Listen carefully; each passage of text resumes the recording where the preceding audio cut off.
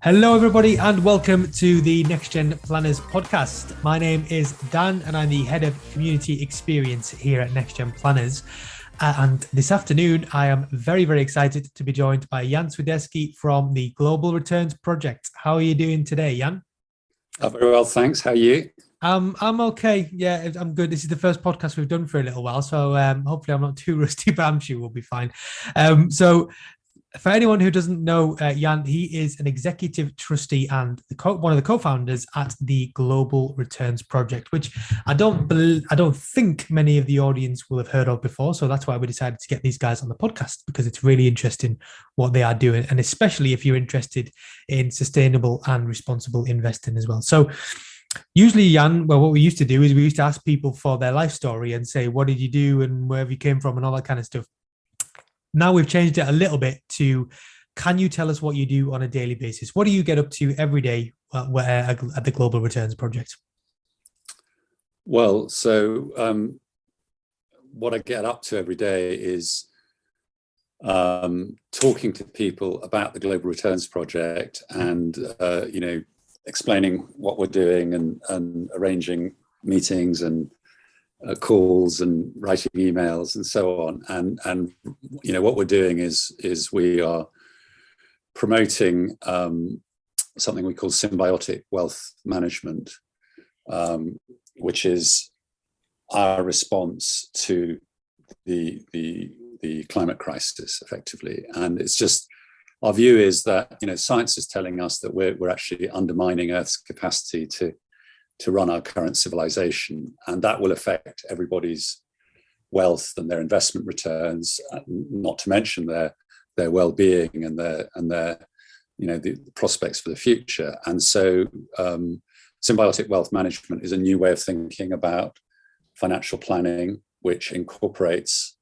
protecting and enhancing the biosphere. And so I spend my whole time trying to get that message out there and organizing the next thing that we're going to do to get the message out there, and running the charity, which we're a UK registered charity, everything that's involved in running that. Amazing. I guess I think in case anyone missed that term there, it's called symbiotic wealth management. And did you guys coin that term, or was it already out there in the past? No, we coined it. So what we were trying to do was emphasize the fact that all human activity, including investing and financial planning, depends on the biosphere. I mean, we live on a rock in a vacuum in space, and the only reason that all life exists is because we have this amazing biosphere, these incredible Earth systems that support our life. And we're undermining, I say we, collectively, humanity and human activity is beginning to undermine those Earth systems. And so we wanted to come up with a term which expressed the fact that we are interdependent, that what we do in our finances should somehow help those Earth systems, because by helping those Earth systems, actually all investments ultimately become less risky. Because obviously if we continue to undermine them, all investments become more risky. And so we thought it's a symbiotic thing. The idea is that we have investment returns, and by applying a small proportion of those assets or those returns to regenerative investments, that is the symbiotic relationship, and the two go hand in hand. Yeah, I guess that's the kind of it almost sounds a bit like kind of it's verging on impact investing, that kind of area.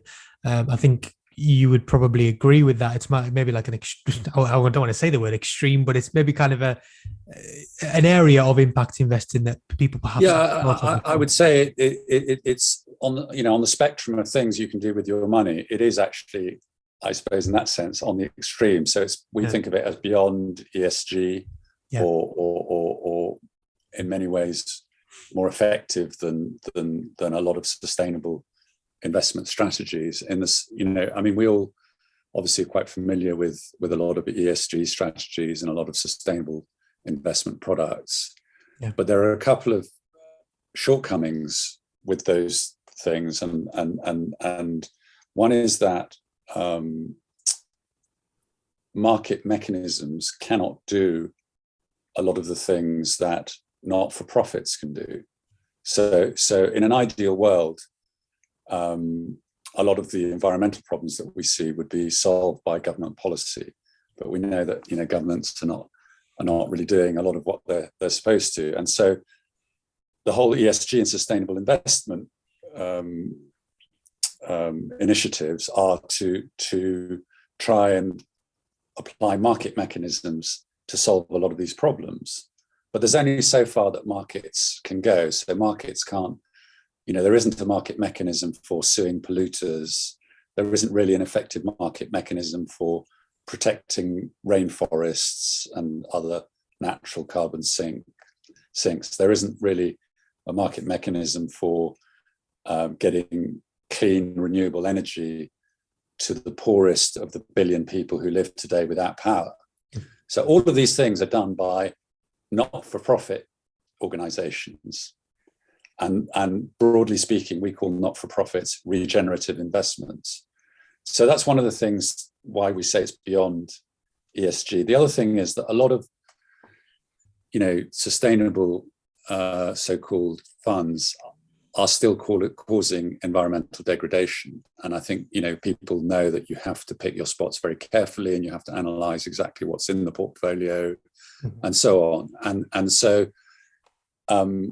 if somebody adopts symbiotic wealth management and takes this approach, they can be sure 100% that they are having impact. So I suppose that would be my answer to that. Yeah. Okay, that makes sense. And something else that you've mentioned along with all this it's even mentioned in the title of your charity there. It's Global Returns Project.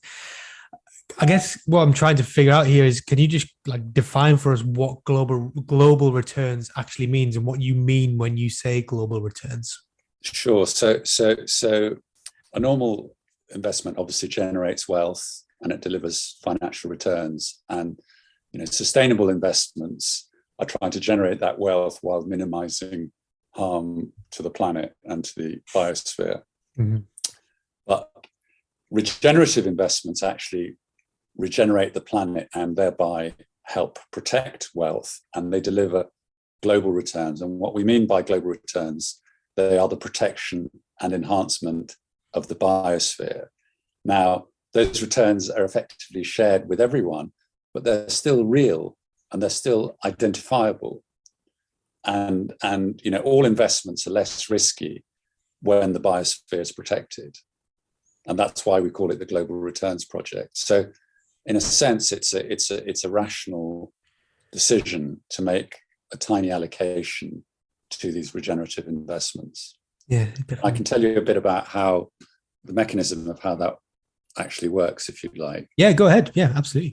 So the idea is that symbiotic wealth management is that a client, an individual, would allocate, for example, 0.25% of their financial assets or of their savings and investments to the Global Returns Fund. And the Global Returns Fund is a collection of the best climate not-for-profits that we have identified. So what we've done is we've done analysis and research, and we've looked so far at about 150 organizations, and we've put together a portfolio of the most effective organizations which are tackling the climate crisis. And we have a due diligence committee and a technical advisory board of climate scientists who help us in that process. And we look for a diversity of solutions, activities, beneficiaries, and geographies, because climate is, it's not a simple problem with a simple answer. It requires a diversity of approaches in order to be effective. Yeah.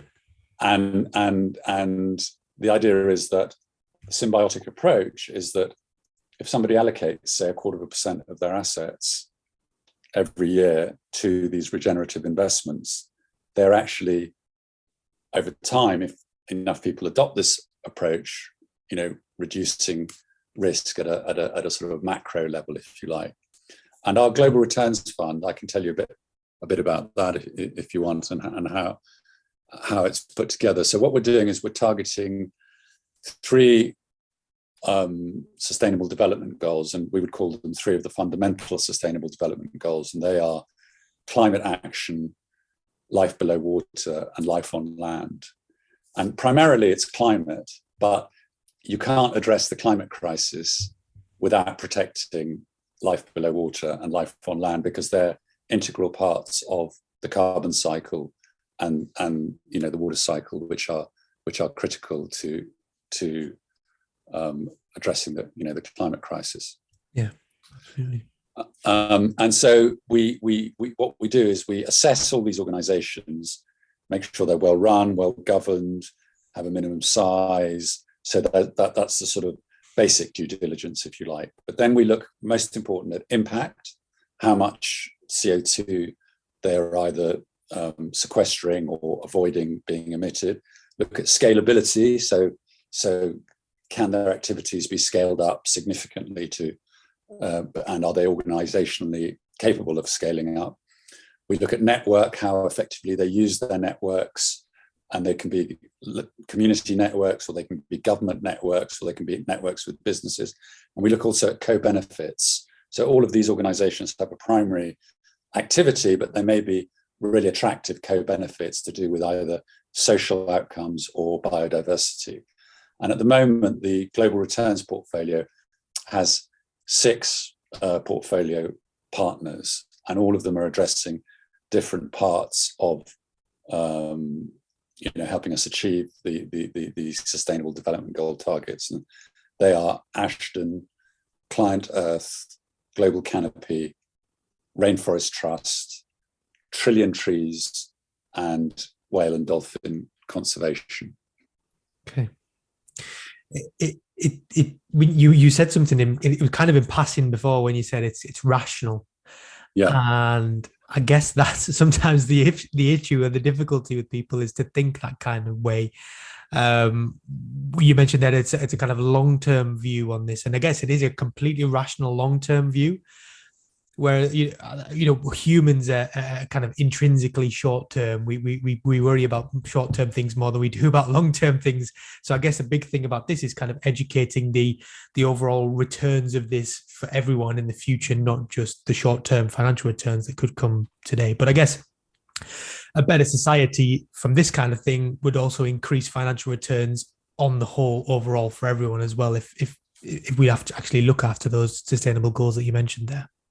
Yeah, I mean, I suppose the point is that, investors, that's one area where people should really be thinking about the medium and the long term. And many people are planning maybe for their retirement, or maybe for their children or for their grandchildren. Yeah. And if we look at what's going on in the world, we realize that what is happening is not sustainable, and so we have to take these long-term outcomes into account. And that's exactly why we've had this tremendous growth in ESG and sustainable investing and impact investing. Mm-hmm. But as I mentioned earlier, there are shortcomings in those approaches, and this is for people who and I think there are a lot of us out there who carry around this question, well, what can I do about the climate crisis? This is actually the most effective thing that most individuals can do by far. Yeah. And the thing is, we've taken a sort of fund management mindset to it. So what we're doing is, we're not just selecting the organizations and that's it. We, once they're in there, we continue to monitor them on their impact, scalability, networks, and co-benefits. Yeah. We also report on the fund diversity. So how many, what areas of all the possible climate interventions which not-for-profits could do are actually covered in the fund. And then we report that every 6 months, and we report a global returns rate as a way to effectively a shorthand to say, okay, we are continuing to review this portfolio every 6 months, and we deliver every symbiotic investor with an impact report. And over time, organizations which are underperforming might be replaced, although we wouldn't expect that to happen very often. Yeah. But over time, we will definitely be adding more organizations as the project grows. And I think it's worth mentioning that again, that we're a UK registered charity, and the trustees don't get paid for their work. We have some employees, but our core costs and all of this work which I referred to that we're doing is funded separately. So if somebody puts in £1,000, then £1,000 goes to the underlying charities in the Global Returns Fund with no deductions and no transaction fees. And if they're a UK taxpayer, it would also be eligible for gift aid as well. It's so interesting. It is. It really is. I mean, it's kind of like it's almost like there's been missing a way to invest in all the good things around the world for all these years, and then now all of a sudden, by taking a fund management view of it, you can actually do that, which you guys are doing there. If someone said to you, I want to invest £1 in all of the best charities around the world, previously they'd have to go to every single charity and kind of put them in. Not that that's what you guys do, but you know what I mean, like that you can invest in all these separate things just by taking a fund management view, which is pretty cool. Yeah, and I think that's there's an important sort of behavioural element to that, in the sense that we all have good intentions and we all think, oh yeah, I should do that. But then you think, oh well, I need to look into it first, and maybe I'm not sure which thing to do, and is this organisation better than that one? And and we're all very busy, and then so those good intentions, it's translating them into action. And the idea of the Global Returns Project is that you have the confidence to take a sort of a more tick the box approach. So by setting up this process and having our panel of experts, people can feel confident that we have selected some of the best organizations, and they can just, make the allocation without having to do all that work themselves. And obviously there's complete transparency. So to the extent anyone wants to look into any of our work or any of the organizations, that there are no secrets. No, that's fantastic. Yeah, really good. I think for the benefit of our audience here, so I mean, Jan, the people in our audience are financial planners, financial services professionals. I like to call them financial service heroes. They get a bit embarrassed when I call them that.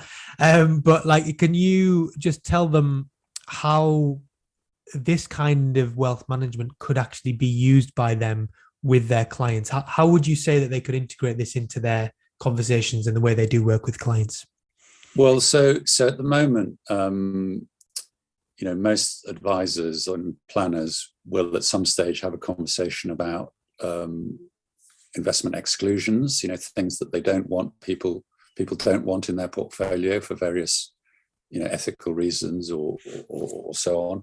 And they may also just ask them about their, sustainability preferences. In fact, that's already a regulatory requirement in Europe, and the signs are that we'll have something very similar in the UK soon, although I'm not up to date with the latest developments on that. So it's a normal part of the conversation to talk about sustainability, ESG impact, and at that stage the financial advisor will know whether these are topics that client is interested in, at which stage they can just say, well, have you heard about the Global Returns Project? Because we endorse it, meaning we think it's a great idea.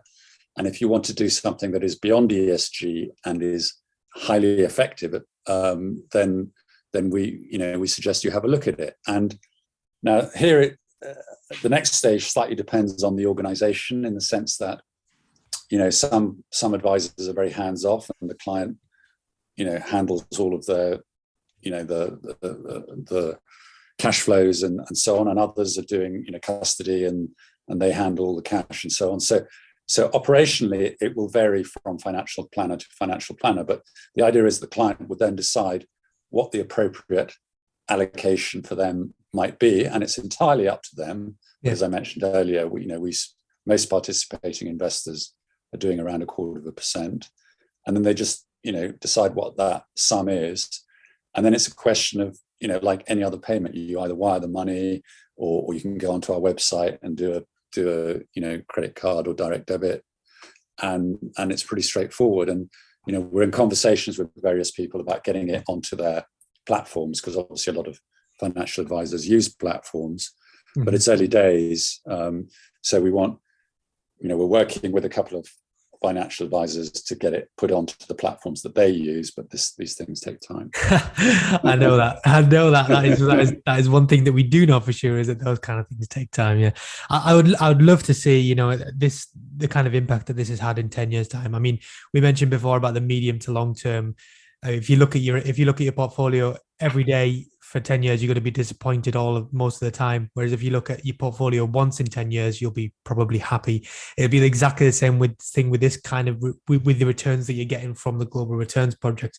If you look at it on a short term, I'm not going to say you'd be disappointed, but you're not going to be as impressed to see the things that have happened over 10 years. Imagine the things that we could do with 10 years if this really, really did catch on. Imagine the difference that we could make in the world with this kind of stuff.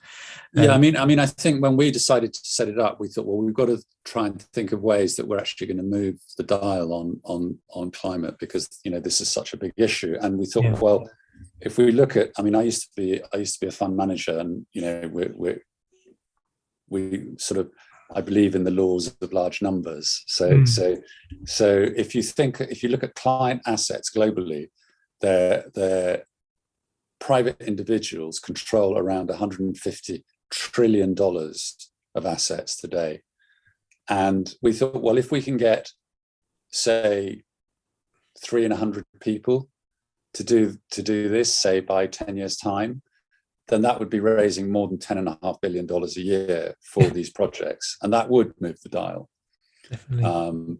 And so we have two ambitions. One is that in a few years' time, symbiotic investment or symbiotic wealth management just becomes mainstream. That this is just a normal thing that people decide whether or not they do. And the other is that we can get to those sorts of numbers if enough financial institutions just make this a normal part of their conversations with their clients. Yeah, I guess the kind of sticking point for many, especially traditional investors, I'm going to say, would be the kind of that it is a quite extreme form of investing, and it's the not-for-profits element to it. It's the kind of visualization of returns that don't have to be financial, if you know what I mean. Yeah. And a lot of people, I think a lot of people could be skeptical about the kind of visualizing those returns rather than financially. So what would you say to those kind of people as a way of visualizing the importance of these returns other than financial returns? Well, I think this is a decision for every individual investor, and the intelligent investor just is always thinking, well, what's going on in the world? How's the world going to change? And how's that going to affect my investments? And if you spend enough time doing that, you will see that the way we're carrying on at the moment is going to undermine all of our investments. So we do need new ways of thinking. Yeah. And some people will say, well, I'm going to be part of that change and I'm going to do my bit.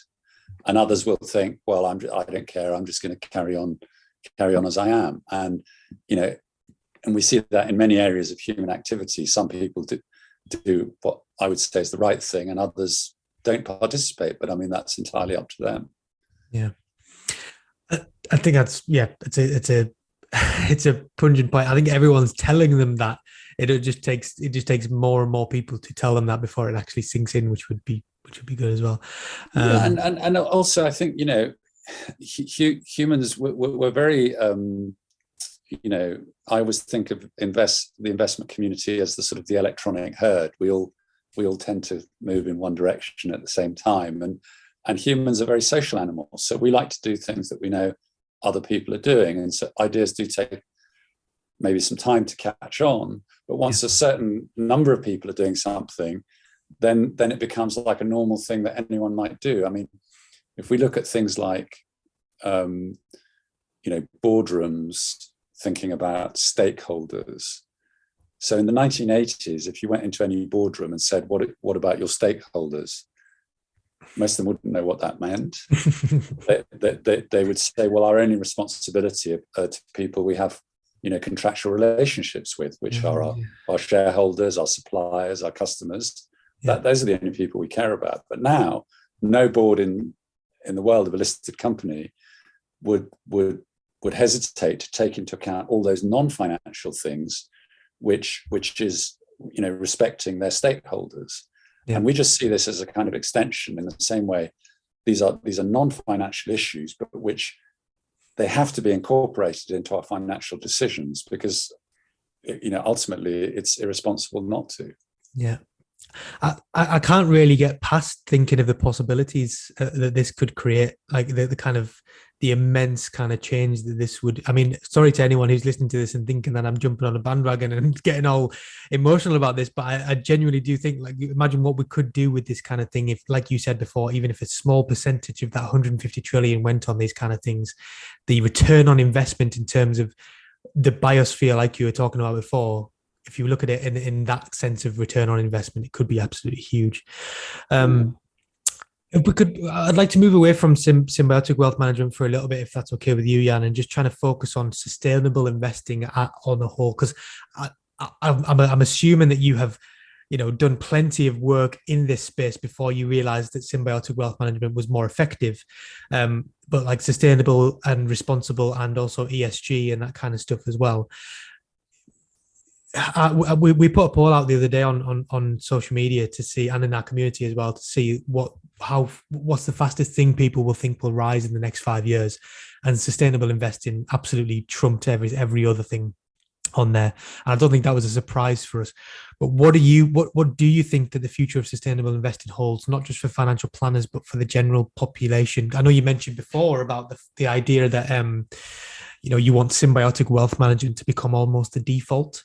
Well, I ask that question to other people about sustainable investing and ESG investing as well, and I still don't think that they're even the default just yet.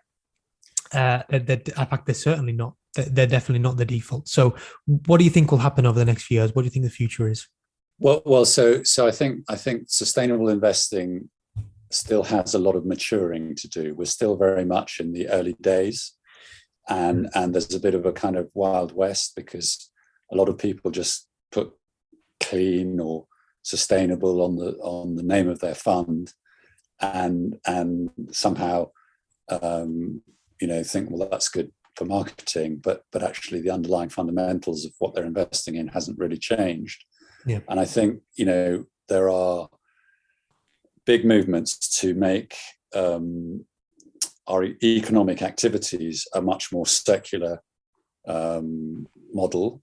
In other words, at the moment we have a very linear economic model where it's basically you extract stuff from the earth, you make it into something, you sell it, and then it gets disposed of, and that's very linear. I'm talking about product cycles rather than service companies as so much. I mean, it's more complicated there, but if we can make that process circular, so that people are actually, whenever they design a product, whenever they think of their activity, they're minimizing their impact on the planet, on the biosphere, on both from a chemical pollution point of view, as well as a carbon footprint point of view, as well as a biodiversity point of view.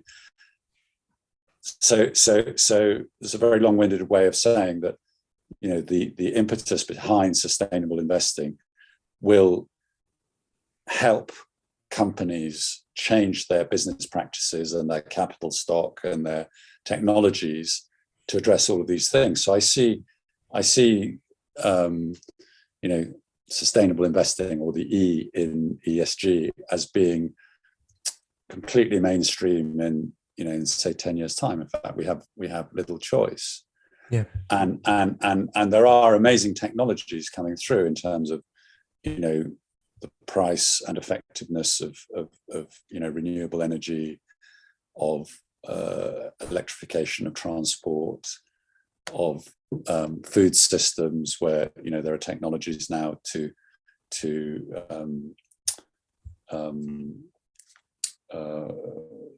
fermentation of proteins, so you can actually make animal protein by precision fermentation from plant inputs, and that has, you know, far smaller footprint on the planet, but still provide, you know, nutritious protein, and that will probably, you know, over time undermine, you know, livestock farming as we know it today, and so on. And all of these things are really positive, but they take time to implement.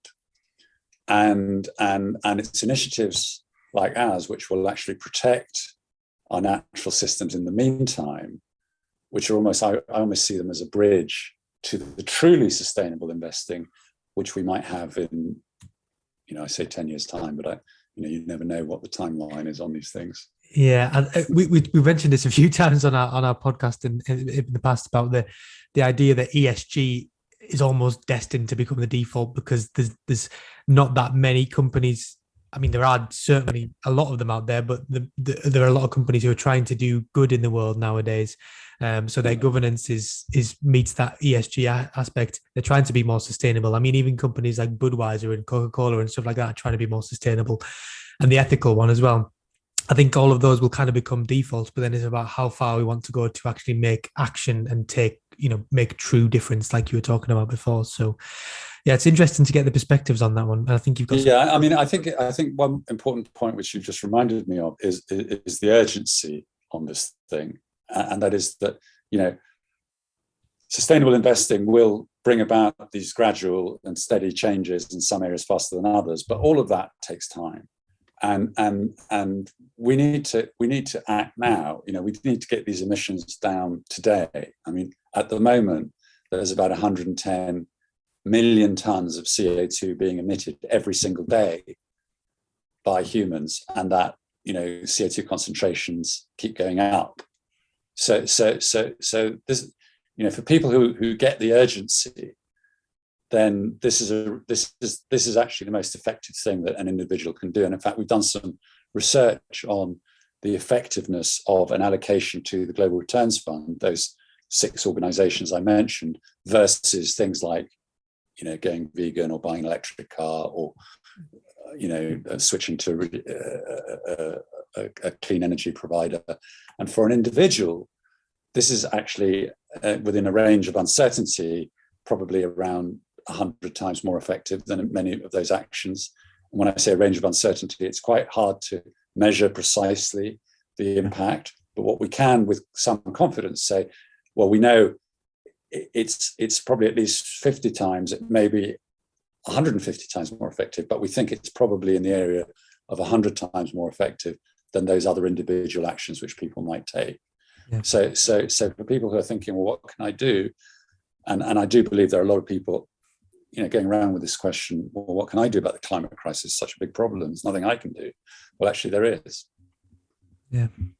And it's quite a passive way as well. I mean, you know, it's when you think about this kind of stuff, it's because you're investing it from your future funds and from your savings and investments. So let's say your pensions and stuff like that. It seems like less of a kind of burden than it would be if you were to hand money to each of these different good organizations around the world personally from your bank account. I mean, you can do that kind of stuff, can't you? Well, yeah. I mean, there's no getting away that from the fact that, you know, you are it is a donation. Yeah. To a not-for-profit organization, so you're not going to get any of that money back. But as we said earlier, those returns are real and identifiable, and they are global. Yeah. And it's a rational thing to do given what's going on in the world today. Yeah, definitely. Okay, so this is a common question that people have in our community as well, is especially where, as you mentioned before, about the fact that it's going to be legislation and regulation soon that clients, so financial planners, will have to start engaging conversations with their clients about ethical investing, sustainable investing, that kind of stuff. The problem is that there's no kind of guidance on how to do this, or, you know, how you start those conversations and what you talk about and all those kind of things. So what have you found useful when talking to the general public or your clients and stuff like that? What have you found useful in ways to actually start this conversation and get people engaged with the conversation about responsible investing? Well, I suppose, I mean, what we've done is we've sort of explained, you know, if you're starting, you know, at a very basic level of knowledge, what the E and the S and the G are, the different forms of sustainable investing. So, you might have just simple exclusions of certain sectors or industries that people don't want to invest in, through to sustainable investing, where you're actually trying to minimize harm in those areas that you are investing into, impact investing, where you're actually trying to make a positive change beyond just the financial return, perhaps. And just having that conversation and then just saying, but actually, there are still some shortcomings there, and then symbiotic wealth management is a logical next step, or beyond. It's actually a logical complement to your existing investment strategy. Yeah, it's cool as well that you mentioned before that it's very, very, the average amount was what, 0.25%, did you say? Correct. Yeah. Which is, that's a drastically small number compared to this to other things that people invest in as well. Which there was a very interesting report by a company called Util, UTIL, who use sort of big data and machine learning to analyze listed companies. Okay. And what they did is they looked at 281 US domiciled sustainable investment funds. And they said, okay, so let's look at these through the lens of the Sustainable Development Goals, and see what the impact of these funds is on those Sustainable Development Goals. And they did it, product and service revenue weighted analysis. And what they found is that out of those 281, only 4 were not causing environmental degradation. Okay, so 277 were actually undermining the 4 environmental sustainable development goals and actually making the planet worse. So, and many of those funds had clean or sustainable or renewable in the name. And many of those funds actually had higher fees associated with them. And the conclusion of their report was, whatever your strategy is, you're probably causing environmental degradation, but at least now you know.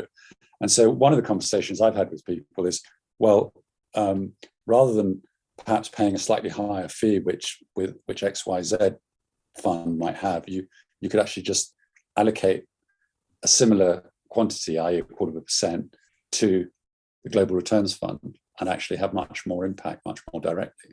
Yeah, and you're losing exactly, or not exactly the same, but you're losing just about as much, but you're actually winning in terms of returns on the global scale and the biosphere and stuff like that. Yeah, exactly. Yeah, makes sense. Okay, so again, quite a side note, to be honest, this one. So you mentioned before that you've been a fund manager and you've been involved in various businesses and things over the years, and you're actually one of the co-founders, like I mentioned at the start, of the Global Returns Project. Now, it's not so much a business in terms of the fact that, it's a not-for-profit organization and a charity, which is a bit different to a usual business. But a lot of the people in our audience are actually starting their own businesses and trying to get buy-in to their ideas. So over the years, what kind of strategies have you found useful in getting the public and your target clients, stuff like that, to actually buy into your ideas? Well, the way that because it's early days, we only launched Symbiotic Wealth Management in autumn. What we're trying to do is identify the early adopters. So find those people who get it, who understand the urgency, and who have clients who would like to do this kind of thing. Now, we know from survey data and opinion polls and so on, that anywhere between 60 and 75% of people know that there is a climate crisis, and depending on what questions you ask, think that something should be done about it, and they would like to do more.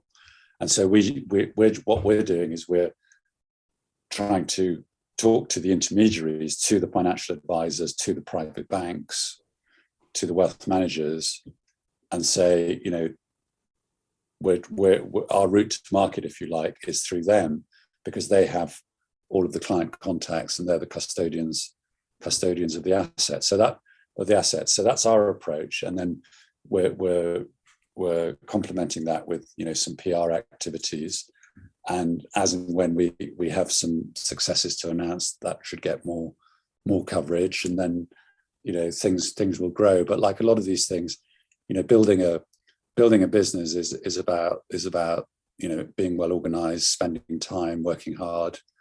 You can't really get away from that. No, you can't.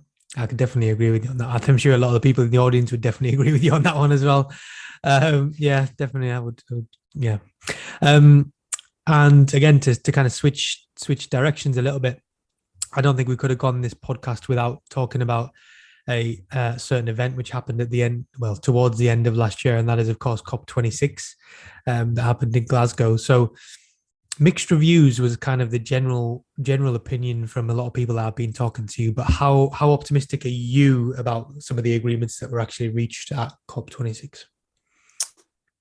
Well, to be honest, I'm not that optimistic. I mean, if you just look at the data, emissions are still going up, and the clue's in the name. This is Conference of the Parties number 26. And a lot of required policy action is just not happening.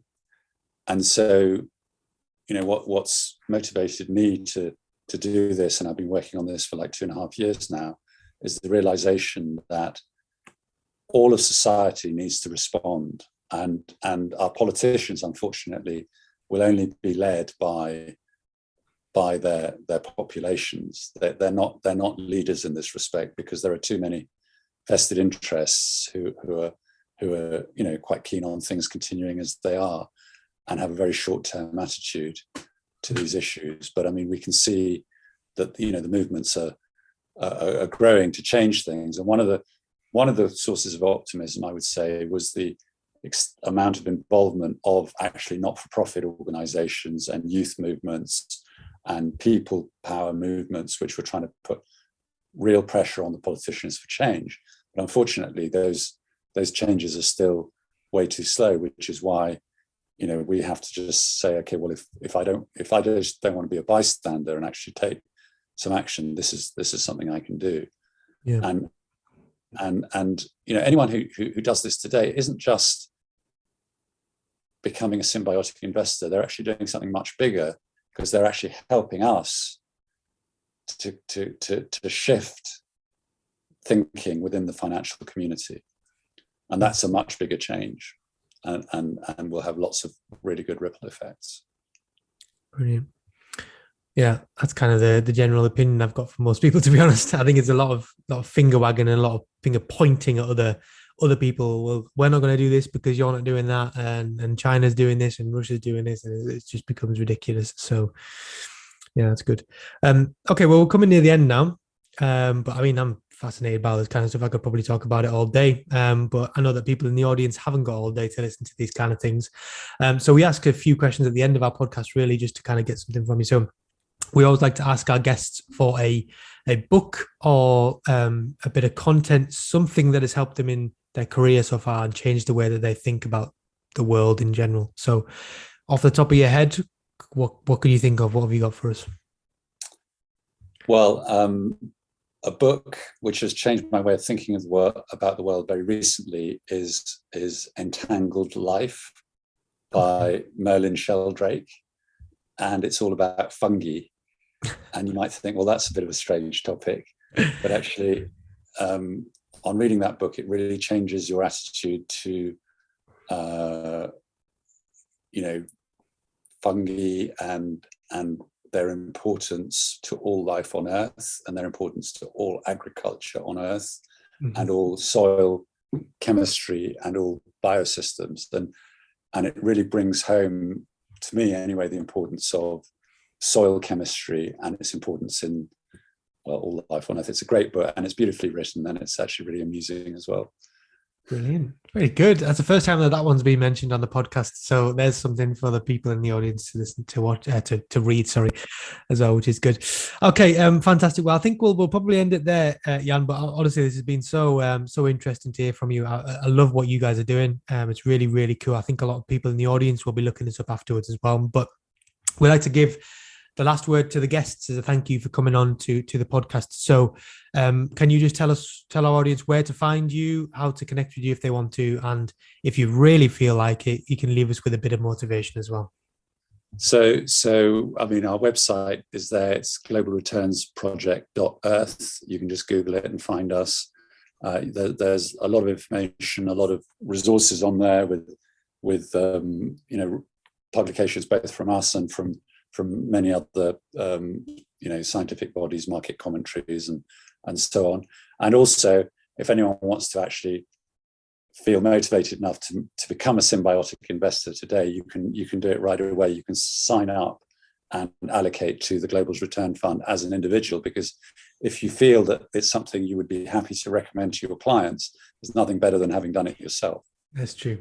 Yeah, fantastic. And if they want to connect with you, Jan, is the best way LinkedIn or something like that, is it?